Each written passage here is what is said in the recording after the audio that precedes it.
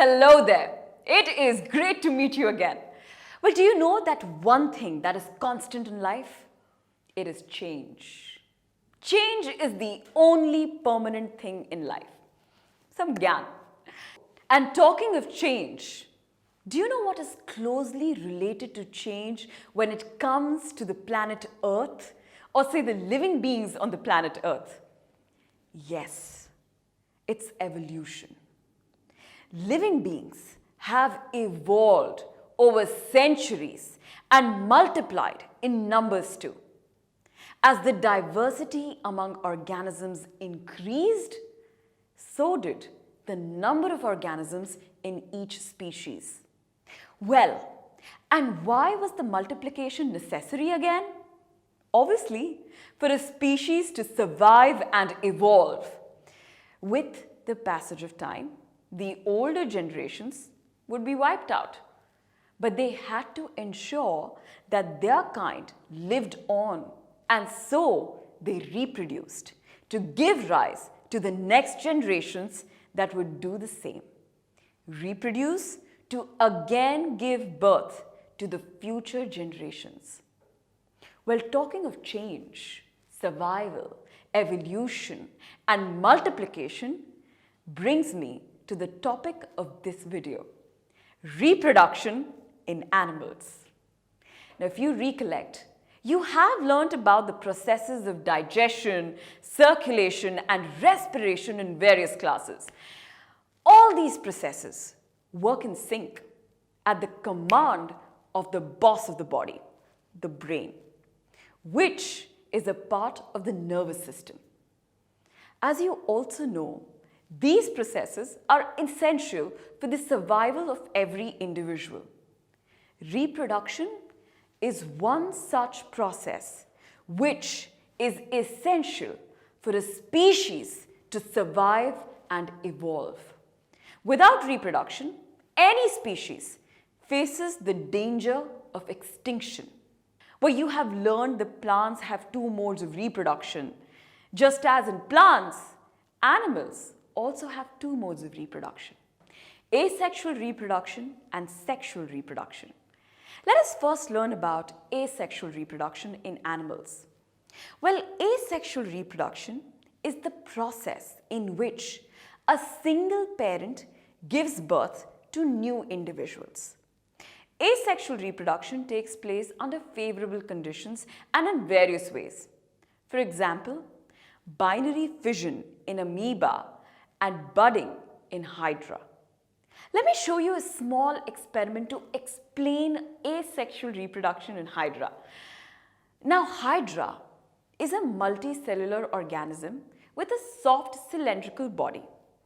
If you observe a slide of hydra, you will see that there are tentacles around its mouth towards the top, just like we're showing you here. Okay, getting back to the experiment. Get permanent slides of hydra and observe them using a hand lens or a microscope. Observe closely and look out for any bulges from the parent body. Now count the number of bulges that you see in different slides. Also note the size of these bulges. You will see that each hydra mostly has one or more bulges. And these bulges are the developing new individuals, and they are called buds. In hydra, similar to yeast, new individuals develop as outgrowths from a single parent. And like I told you a while back, the type of reproduction in which only a single parent is involved is called asexual reproduction. Okay, so moving on to the second mode of reproduction in animals, sexual reproduction. Now, which are the most common young ones that you see around you? You would say puppies, kittens, calves, chicks, and maybe a few others. If you recall reproduction in plants, which you studied in class 7, you will remember that plants that reproduce sexually have male and female reproductive parts. So similar to plants, animals also have male and female reproductive parts or organs. And like plants, The reproductive parts in animals also produce gametes that fuse to form a zygote, which develops over time into a new individual. Well, this type of reproduction, beginning from the fusion of male and female gametes, is called sexual reproduction. Let us now understand how the male sperm and the female egg fuse to form a zygote, which then goes through stages and develops into a baby. Let us look at the first step in the process of reproduction, which is the fusion of a sperm and ovum, and is called fertilization. Now, during fertilization, the nuclei of the sperm and the egg fuse to form a single nucleus, and this results in the formation of a fertilized egg or a zygote, which looks like this. The zygote is the formation of a new individual. Now, in the process of fertilization, an egg cell from the mother and a sperm cell from the father meet. So, the new individual or the offspring inherits some characteristics from the mother and some from the father. Now, if you take your own example, you may have certain features similar to one of your parents, and your sibling may have some other features or characteristics that are similar to the other parent. This is known as inheritance. Well, since the process of fertilization takes place inside the female body, it is called internal fertilization. Now, similar to humans, internal fertilization occurs in many other animals, such as cows, dogs, cats, and hens. Now, in hens and some other organisms which reproduce by laying eggs, fertilization is internal because eggs are fertilized before the hen lays those eggs. The zygote, which is formed, divides repeatedly and travels down the oviduct. Now, as it travels down, many protective layers are formed around it. And the hard shell that you see in a hen's egg is one such protective layer.